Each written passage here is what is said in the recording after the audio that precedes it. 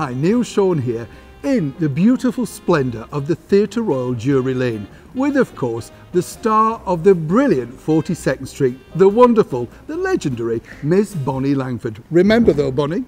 If you miss it, you miss out. Don't miss Bonnie today on your entertainment news. Yeah, that's good. I Suddenly wondered if I was saying the right thing. Oh, no, then. no. Yeah. Well, I've got to say, I've got to take you right back. One of the big things that I do recall watching, and you were an inspiration, genuinely, well, both of you were, was watching yourself and the late and brilliant Lena Zavoroni on TV on a special, which now we don't have on telly. You know, but it was a big budget special, wasn't it? Yeah. And I remember you. I'm sure I'm right there. So you were on the front cover of the TV Times. Yes, we were. Mum got, you know, every We week. were. Yeah. With lambs. Yeah, and I remember thinking, I want to do goats and that. things. Yeah, you know. And you did all these great songs and all this sort of stuff together. And I remember thinking, wow, you know, you're at that age, you are so envious because somebody so young is doing what you, and how do I become that? You know what I mean? But kids love watching other kids, actually. Yeah, it was inspirational. There is something, there's a sort of an empathy as well. They understand what's going on, and there isn't that patronising thing because kids just get on with it. Yeah. And with Lena and I, we had that connection because we were professional.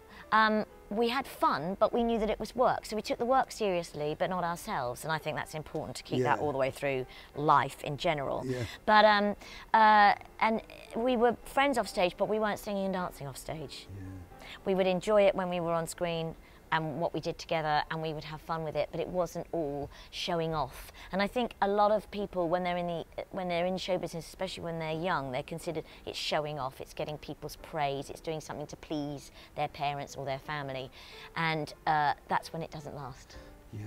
It has to be when it's in your veins, not anybody else's. Because I was re-looking at it the other day. Everything's on YouTube now, and you both look so full of life, and you really enjoyed it. We know, you know, it's tragically what happened to Lena, but what was it like filming that? Was it hard work, or was it different? It was manic. We made that whole television special in 10 days. We recorded the entire thing. They'd never got adults to do it. Yeah.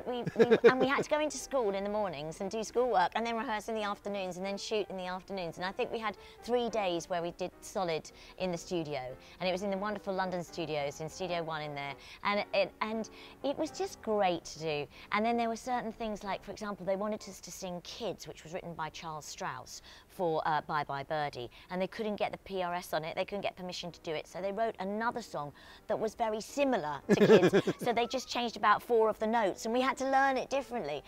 But there was something about doing it together that was just so much fun, because we both understood. Yeah, I know, and we both got it, you know. And it was a lovely team, and people like Kenny Warwick was one of the dancers, and Kenny Warwick runs American Idol now. He's the showrunner of it, and you just think, all these people, and Chris Power was one of the dancers, and he now does I'm a Celebrity and all the live Ant and Dec shows, and he's the director of it. And all these people that have got that sort of history, and we all did that together. It was I feel really privileged to have been part of that era as well. Yeah, that's what it's. People talk about a golden age, but it really was a golden age because you had like